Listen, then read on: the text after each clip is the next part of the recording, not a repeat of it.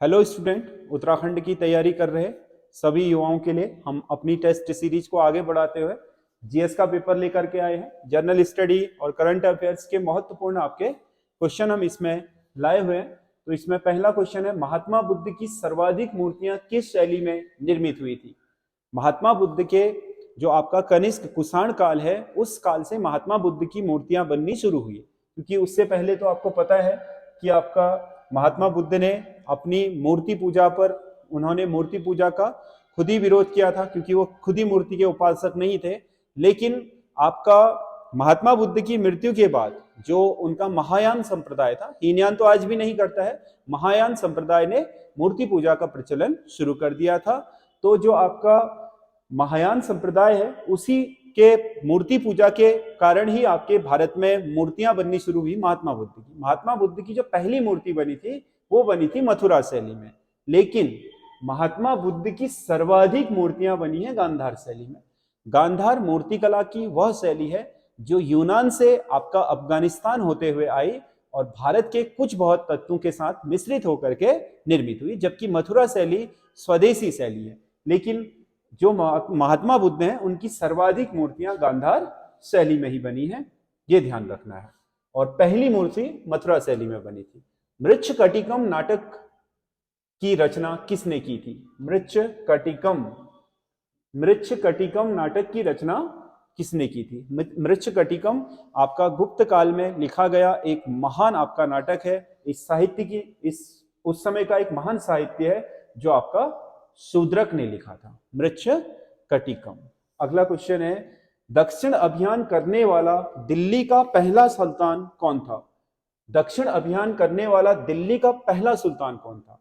देखो, भारत में दक्षिण की तरफ जाने वाला पहला जो दिल्ली का सुल्तान था, मालवा तक तो सभी गए थे, कुतुबुद्दीन ऐबक भी गया, इल्तुतमिश भी गया, बलबन भी गया, लेकिन मालवा से नीचे जो दक्षिण भारत है उसमें अभियान करने वाला पहला शासक कौन था, आपका अलाउद्दीन खिलजी, जिसने देवगिरी के विरुद्ध अपना पहला अभियान करा। उसके बाद इसका जो आपका सेनापति था मलिक काफूर, उसने नीचे दक्षिण में आपका वारंगल है, आपका होसेल है, नीचे आपके दक्षिणतम आपके जो क्षेत्र है कर्नाटका तक के, वहां तक अपना राज्य स्थापित किया, वहां के राजाओं से अपनी अधीनता स्वीकार करवाई। वहीं से वो कोहिनूर हीरा लेकर के आया था प्रताप रुद्रदेव से।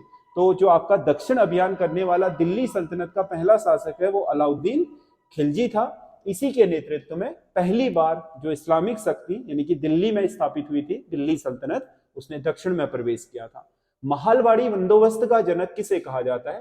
अंग्रेजों के समय तीन आपके जो आपके भू बंदोबस्त हुए थे, तीन हुए थे, उसमें से एक तो आपका स्थायी बंदोबस्त था, एक आपका रैयतवाड़ी था और एक था महालवाड़ी। स्थायी बंदोबस्त में जमींदारी प्रथा भी बोलते हैं। इसमें जमींदारों को ठेके पर भूमि दी जाती थी और स्थायी रूप से दी जाती थी, वही आपके किसानों से उगाही करते थे भू राजस्व की। रैयतवाड़ी में रेयत मतलब जनता से सीधे उगाही की जाती थी और इसी के अंदर भारत का सबसे ज्यादा क्षेत्रफल आता था, ब्रिटिश भारत का अंग्रेजों के अधीन। और महालवाड़ी ऐसी प्रथा थी जिसमें अंग्रेजों के कर्मचारी गांव के मुखिया यानी प्रधान, जो गांव का पूरे गांव का जो महाल होता था उसका पूरा राजस्व इकट्ठा करके कर्मचारी को देता था। मतलब महाल का मतलब है ग्रामीण स्तर पर यानी कि एक आपकी इकाई पर राजस्व इकट्ठा करना। रेयत का मतलब डायरेक्ट जनता से लेना और स्थायी बंदोबस्त का मतलब था आपके जमींदारों के द्वारा उगाही करना। तो इस तरीके से तीन प्रथाएं थी। स्थायी बंदोबस्त आपका लॉर्ड कॉर्नवालिस के समय आया था, आपका कैप्टन रीड भी इसमें समान रूप से उत्तरदायी थे। और रैयतवाड़ी, वैसे तो भारत में रैयतवाड़ी पहले से ही चल रही थी, शेरशाह सूरी ने चलाई, दक्षिण में मलिक अंबर ने चलाई। उसी रैयतवाड़ी प्रथा पर आधारित आपका दहसाला भूमि पद्धति थी आपके अकबर की, और बाद में इस रैयतवाड़ी को कैप्टन रीड ने लागू करा आपके 12 महल आपके जो मद्रास है उसके प्रांत में। और जो आपका महालवाड़ी है, महालवाड़ी का जो भारत में जनक माना जाता है उसे हॉल्ट मैकेंजी को माना जाता है। तो ये आपके तीन जो भारत में ब्रिटिश साम्राज्य ने क्या करा था, भू राजस्व के लिए यानी कि भूमि के लगान अदायगी के लिए भू राजस्व या स्थायी बंदोबस्त किए थे, वो इस तरीके से भू बंदोबस्त। निम्नलिखित में से कौन सा एक आदिवासी विद्रोह महाराष्ट्र से संबंधित है। संथाल विद्रोह, संथाल कहाँ है? आपके झारखंड, पश्चिम बंगाल और आपका दार्जिलिंग तक, इन क्षेत्रों में संथाल है। संथाल देश की सबसे बड़ी जो जनजातियां हैं उनमें से एक है गौंड के बाद। तो ये इनका विस्तार पूर्वी भारत में बहुत लंबे चौड़े क्षेत्रफल पर है। कोल, कोल आपके जो आपका छोटा नागपुर क्षेत्र था वहां के हैं। और जो आपका रामोसी है, रामोसी जो विद्रोह हुआ था वो महाराष्ट्र में हुआ था। रामोसी विद्रोह, रामोसियों का विद्रोह महाराष्ट्र में हुआ था। तो ये आपका महाराष्ट्र से संबंधित रामोसी विद्रोह। अगला क्वेश्चन है, निम्नलिखित में से कौन सा एक मौलिक अधिकार केवल भारतीय नागरिकों को प्राप्त है? केवल भारतीय नागरिकों को। जो अनुच्छेद 24 है, शोषण के विरुद्ध अधिकार, वो तो हर किसी को है, विदेशियों को भी है और भारतीयों को भी है। अनुच्छेद 29, संस्कृति को संरक्षित रखने का अधिकार, अल्पसंख्यक अपनी भाषा, लिपि सबको संरक्षित रख सकते हैं, ये केवल भारतीय नागरिक को प्राप्त है, किसी विदेशी को नहीं।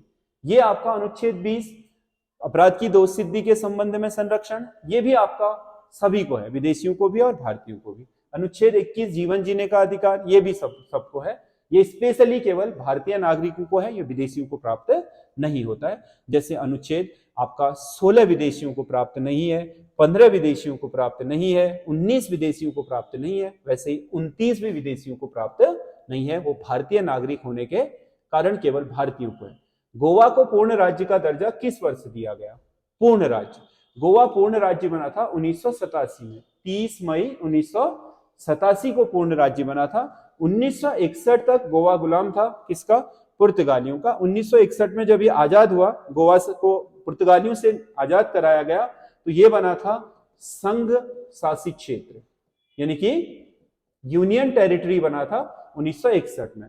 1987 तक ये संघ शासित क्षेत्र ही था। 1987 में देश का 25वां राज्य बनाया गया गोवा को पूर्ण राज्य के रूप में। 26वां छत्तीसगढ़ बना, 27वां उत्तराखंड बना, 28वां झारखंड बना, 29वां बना तेलंगाना। तो 25वां राज्य 1987 में गोवा को बनाया गया था। अगला, आंगनबाड़ियों की स्थापना संविधान के किस अनुच्छेद का प्रतिफल है? आंगनबाड़ियों की स्थापना आपको पता होना चाहिए। आंगनबाड़ी में कितने वर्ष तक के? जो स्कूल जाने से पहले, एक तरीके से प्री स्कूल है ये, मतलब वहां जहां बच्चों की देखभाल हो सके। तो ये 6 वर्ष तक, 6 वर्ष से 14 वर्ष तक के लिए तो फिर स्कूल ही है। 6 वर्ष तक के बालक बालिकाओं के जो आपका पोषण है, उनकी देख रेख है, इसके लिए आंगनबाड़ी की व्यवस्था की जाती है। और 6 वर्ष तक के बच्चों के लिए शिक्षा तथा देखरेख का जो आपका बंदोबस्त है वो भारतीय संविधान के अनुच्छेद 45 में दिया गया है। तो इसी के तहत सरकार ने पूरे देश में इसको इंप्लीमेंट कराने के लिए, नीति निर्देशक तत्वों को क्या क्रियान्वित कराने के लिए आपका आंगनबाड़ियों की स्थापना करी है। तो इसका सही आंसर होगा अनुच्छेद 45। अगला क्वेश्चन है, निम्नलिखित में से सबसे पुराना उच्च न्यायालय कौन सा है? इनमें, क्योंकि देश के सबसे पुराने उच्च न्यायालय कलकत्ता, मद्रास और बंबई उच्च न्यायालय हैं, जो 1957 के एक्ट के द्वारा 1962 में स्थापित हो गए थे। उसके बाद जो चौथा उच्च न्यायालय बना वो बना 1866 में इलाहाबाद उच्च न्यायालय, फिर बना 1884 में कर्नाटक उच्च न्यायालय, फिर बना 1916 में पटना विश्वविद्यालय, पटना आपका उच्च न्यायालय, उसके बाद 1966 में बना दिल्ली हाईकोर्ट। तो सबसे पुराना हाईकोर्ट इनमें से दिए गए विकल्पों में से ये है। और वैसे भी ये चौथा है, जो 3 एक साथ हुए थे, मद्रास, बंबई और कलकत्ता हाईकोर्ट, उसके बाद चौथा हाईकोर्ट यही बना था, इलाहाबाद हाईकोर्ट। अगला क्वेश्चन है, पानी को शोधित प्यूरिफाई करने वाले उपकरणों में किन किरणों का उपयोग किया जाता है? पानी को शोधित यानी कि पानी को साफ करने वाले जो उपकरण हैं, जिन्हें हम आरओ सिस्टम बोलते हैं, उनमें किस किरण का प्रयोग किया जाता है?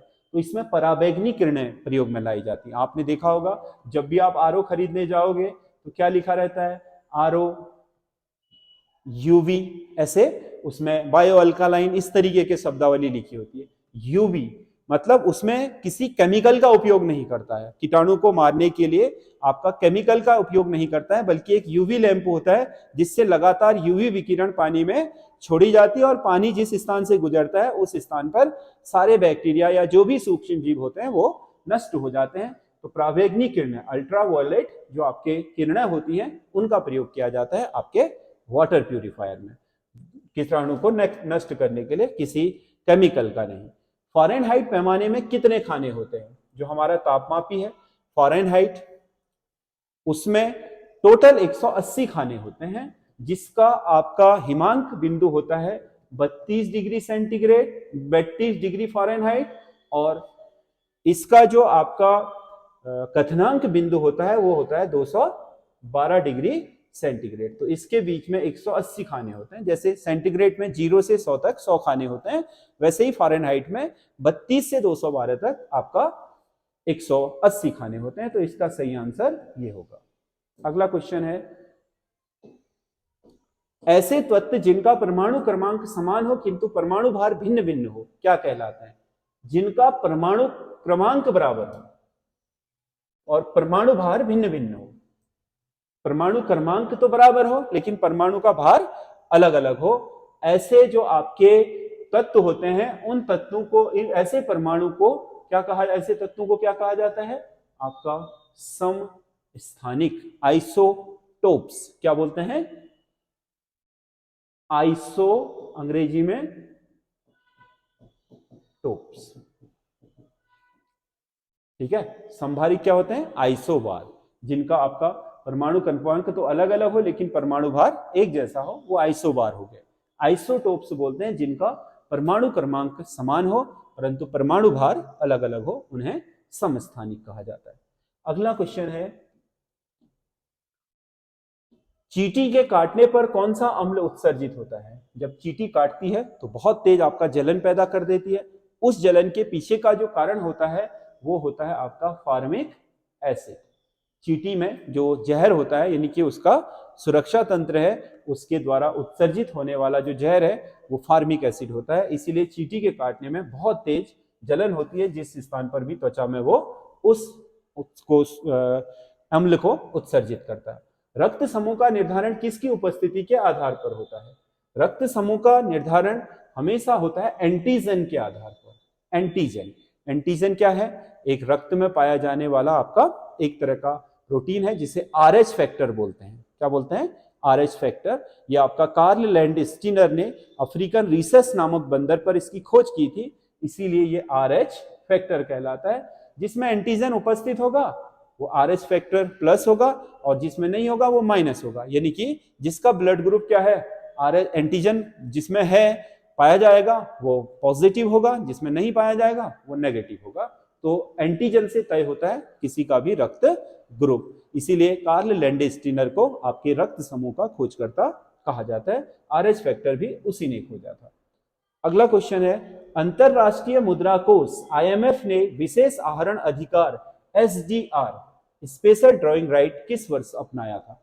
स्पेशल ड्राइंग राइट, विशेष आहरण अधिकार, मतलब जैसे हमारी मुद्रा आपका रुपया है, अमेरिकन मुद्रा डॉलर है, तो उसी तरीके से जो IMF है वो अपनी एक मुद्रा के रूप में आपका SDR का प्रयोग करता है, जिसे हम स्पेशल ड्राइंग राइट बोलते हैं। 1981 से इसे विश्व की 5 जो बड़ी मुद्राएं थी, जैसे फ्रैंक है, येन है, आपका रूबल है और डॉलर है और पाउंड है, इन 5 मुद्राओं में इसे मापा जा रहा है। तो आपका इसका सही आंसर होगा 1971। 1981 से इसके लिए मापक के लिए 5 दुनिया की सबसे बड़ी मुद्राओं का उपयोग किया जाना शुरू हुआ। SDR अपनाया अंतरराष्ट्रीय मुद्रा कोष ने कब? 1971। अगला क्वेश्चन है, 1 ग्राम वसा से कितनी ऊर्जा प्राप्त होती है? 1 ग्राम वसा, जब हमारे शरीर में 1 ग्राम वसा का दहन होता है तो हमें 9 कैलोरी ऊर्जा प्राप्त होती है। कितनी? 9 कैलोरी। कितनी ऊर्जा? 9 कैलोरी ऊर्जा। और कार्बोहाइड्रेट से मिलती है हमें 4.1 कैलोरी। ठीक है, क्योंकि सबका अलग अलग है, क्योंकि कार्बोहाइड्रेट और जो वसा है होते तो एक जैसे हैं, कार्बन, ऑक्सीजन और हाइड्रोजन के बंध होते हैं। प्रोटीन में अतिरिक्त रूप से नाइट्रोजन होती है, इन दोनों में आपका सेम ही होता है, लेकिन ये जटिल संरचना है अपेक्षाकृत, जो भविष्य के लिए हमारे शरीर में संरक्षित होती है। क्योंकि हमारा शरीर सबसे पहले कार्बोहाइड्रेट का उपयोग करता है एनर्जी के लिए। अगर कार्बोहाइड्रेट नहीं, आप भूखे हैं तो उसके बाद फिर वसा का करेगा, वसा भी नहीं रही शरीर में तो फिर शरीर की कोशिकाएं प्रोटीन यानी कि शरीर के ही कोशिकाओं को खाना शुरू कर देंगी। तो इसमें अलग अलग स्तर में कैलोरीज प्राप्त होती हैं जो हमारे शरीर के ऊर्जा की मापक है, यानी कि हम कैलोरी में किसको मांगते हैं, ऊर्जा को। एक एयरपोर्ट जिसमें निजी हिस्सेदारी 74% हो और सरकारी हिस्सेदारी 16% हो कहलाते हैं। ऐसे एयरपोर्ट जिसमें आपका प्राइवेट सेक्टर की हिस्सेदारी ज्यादा हो और सरकारी हिस्सेदारी कम हो, तो ऐसे एयरपोर्ट को क्या कहा जाता है, white airport, green airport, brown field airport और पब्लिक एयरपोर्ट। ऐसे जो एयरपोर्ट होते हैं इनको बोलते हैं green field airport. Hyderabad Bharat का पहला ग्रीन फील्ड एयरपोर्ट बना था जिसमें आपका जो प्राइवेट सेक्टर की मुद्रा है, पैसा है, वो ज्यादा लगाया गया, सरकार ने कम लगाया। अगला क्वेश्चन है wealth of nation. Wealth of nation पुस्तक के लेखक एडम स्मिथ किस देश के अर्थशास्त्री थे। वेल्थ ऑफ नेशन अर्थशास्त्र पर लिखी गई एक बहुत महत्वपूर्ण पुस्तक मानी जाती है। पुस्तक का पूरा नाम क्या है, an inquiry to the nature, on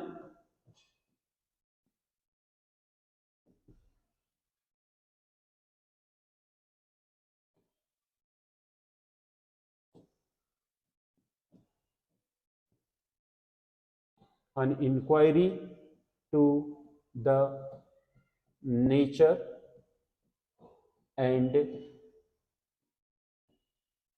uses of wealth of nation, ये है पूरा नाम इसका। 1776 में स्कॉटिश अर्थशास्त्री आपके एडम स्मिथ ने यह पुस्तक दी थी, जिसे हम संक्षिप्त में क्या बोलते हैं, वेल्थ ऑफ नेशन बोलते हैं। यह अर्थशास्त्र पर लिखी गई आधुनिक दुनिया की सबसे महानतम पुस्तकों में से एक है। तो वे स्कॉटिश निवासी थे, स्कॉटिश आपके नागरिक थे एडम स्मिथ, उन्होंने दी थी वेल्थ ऑफ नेशन पुस्तक। अगला क्वेश्चन है भारत में दक्षिण पश्चिम मानसून की अधिकतम वर्षा होती है। दक्षिण पश्चिम मानसून से अधिकतम वर्षा किससे होती है, बंगाल की खाड़ी की शाखा से। अगर हम देखें तो हमारे देश में जो दक्षिण पश्चिम मानसून आता है, एक तो अरब सागर से भारत के अंदर घुसता है, एक आपका बंगाल की खाड़ी से घुसता है। लगभग 80% भारत की वर्षा, 80 क्या 85% भारत की वर्षा इस बंगाल की खाड़ी की शाखा से होती है। ये तो दक्षिण पश्चिम मानसून है ही नहीं, ये अलग चीजें हैं, ये दोनों है दक्षिण पश्चिम मानसून की शाखाएं। इसमें बंगाल की खाड़ी की शाखा से सबसे ज्यादा बारिश होती है। अगला क्वेश्चन है किस मिट्टी को स्वतः जुताई मिट्टी कहा जाता है, जिसमें आपका जुताई करने की आवश्यकता भी नहीं होती है, क्योंकि मिट्टी अपने को क्या करती है, दरारें बना बना करके तोड़ करके भुरभुरी बना लेती है। वो मिट्टी है काली मिट्टी। काली मिट्टी वर्षा जल संचय करने के लिए यह मिट्टी पानी को एब्जॉर्ब करके आपके टुकड़ों में विभाजित हो जाती है ताकि पानी अंदर बचा रहे। चॉकलेट की तरह आपके छोटे छोटे इसके क्या हो जाते हैं, पीस हो जाते हैं, उनमें दरारें बन जाती हैं, और उन दरारों में अगर आप मिट्टी को हटाओगे तो पूरी तरीके से जुती हुई जैसी मिट्टी दिखनी शुरू हो जाएगी। इसीलिए इसको जुती हुई मिट्टी कहा जाता है। कंप्यूटर सॉफ्टवेयर में कमांड और ऑप्शनों की सूची कहां पर स्थित होती है। किसी भी कंप्यूटर सॉफ्टवेयर में अगर आप देखोगे तो कमांड और जो आपके ऑप्शन की सूची होती है वो उसके टूल बार में होती है। टूल यही है जो इनको संचालित करने के काम में आते हैं। अगला क्वेश्चन है वेब पेज को रिलोड करने हेतु कौन सा बटन दबाया जाता है। किसी वेब पेज को रिलोड करने के लिए कौन सा बटन दबाया जाता है, रिफ्रेश बटन। Refresh button. अगला क्वेश्चन है सबसे लोकप्रिय इंटरनेट गतिविधि है। इंटरनेट पर सबसे ज्यादा लोकप्रिय गतिविधि क्या है, संप्रेषण, शॉपिंग, मनोरंजन या सर्चिंग। सबसे जो महत्वपूर्ण गतिविधि है या लोकप्रिय है वो संप्रेषण है, यानी कि सूचनाओं का आदान प्रदान करना क्या कहलाता है, संप्रेषण कहलाता है, सूचनाओं का आदान प्रदान। अगला लाइनेक्स किस प्रकार का सॉफ्टवेयर है। लाइनेक्स आपका किस प्रकार का है, इनमें से एक ओपन सोर्स सॉफ्टवेयर माना जाता है, ओपन सोर्स सॉफ्टवेयर के रूप में डिजाइन किया गया है लाइनेक्स को। कंप्यूटर भाषा बेसिक का विकास किसने किया था। बेसिक जिसे सभी कंप्यूटर भाषाओं का मील का पत्थर कहा जाता है, बेसिक का निर्माण किया था जॉन जी कैमिल। तो ये 25 क्वेश्चन है, आपको कैसे लगे कमेंट करके जरूर बताइएगा। और अगर आपको हमारी पेड सीरीज लेनी है तो एसएस स्टडी का ऐप डाउनलोड कीजिए, वहां से मात्र 150 रुपए में आप 150 नंबर की टेस्ट सीरीज ले सकते हैं, जिसमें 20 से अधिक हम टेस्ट डालने वाले हैं।